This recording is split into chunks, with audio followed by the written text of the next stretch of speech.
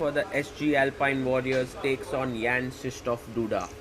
Magnus has the white pieces and opens the game with Duda plays the Sicilian for the Chingari Gulf Titans.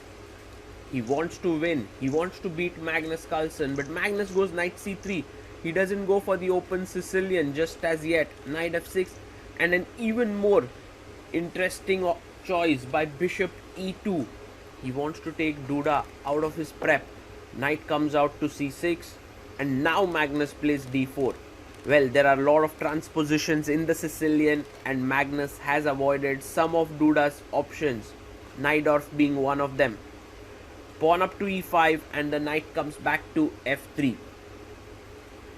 Now Duda stops bishop g5 ideas because the d5 square is a little weak and the knight is controlling that square, so he doesn't want it to get pinned. Bishop e7 played, and I like this little move, rook e1. The idea often is to put your bishop back and the rook defends the pawn. Black castles it out. Very normal, natural position here in the Sicilian. Bishop g4 is one of the main moves here, but rook e8 played by Duda. Not the best, but it's a very logical move. h3, Magnus stops bishop g4 ideas in the position. Bishop drops back to f8. And now you can play b3, which is what Magnus does. Very interesting way of developing the bishop, but also later on when you play your knight to d5 and pawn takes, you can connect the pawns with c4. Magnus finishes his development. You can actually learn from him how to play these positions slowly. You know, get your rook, drop your bishop, develop your other bishop, and so on. b5 played by Duda. Queen d2, connecting the rooks.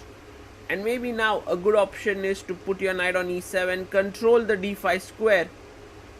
But he goes bishop b7.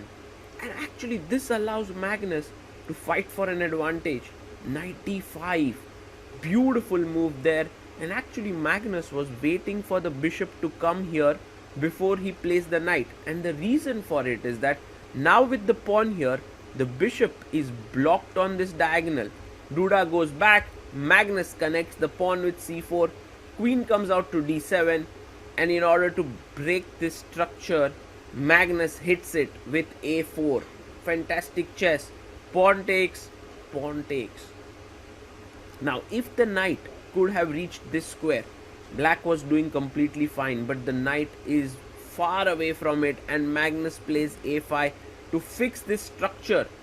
Duda brings the rook, tries to put pressure on the c4 pawn. But look at how Magnus plays. First bishop a3, keeping an eye on the d6 pawn, maybe c5 at some point. Duda starts to gain counterplay.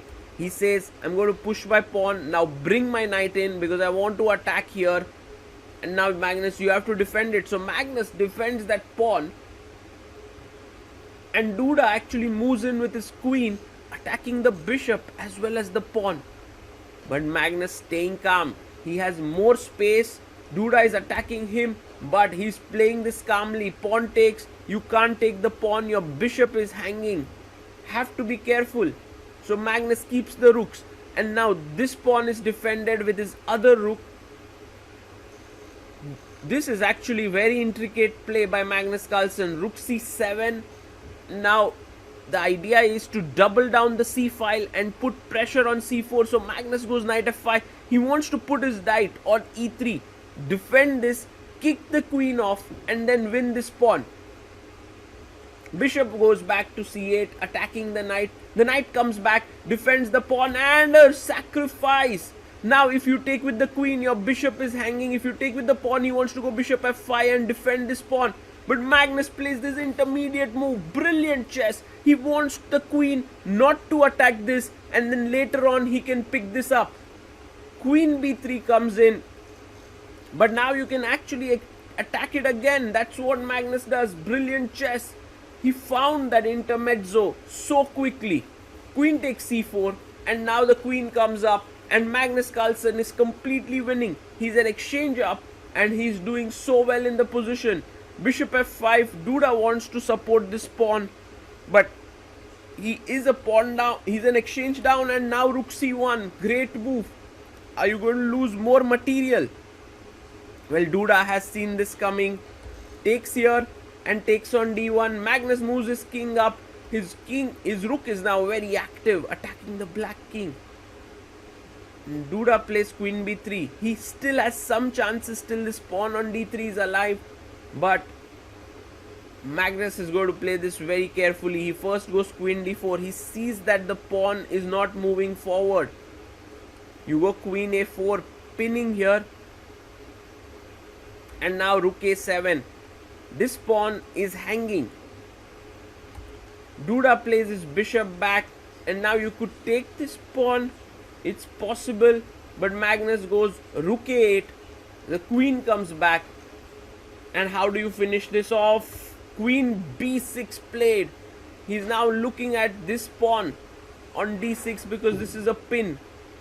And Duda moves his queen up. But look at this move. Rook takes f8. Magnus finds it. If you take with the king, queen d8 is a checkmate. You can't take it. And you can see that Duda is very upset with himself. But the position was already lost. King h7. Queen comes back on the board. And Duda resigns. Brilliant play by Magnus Carlsen.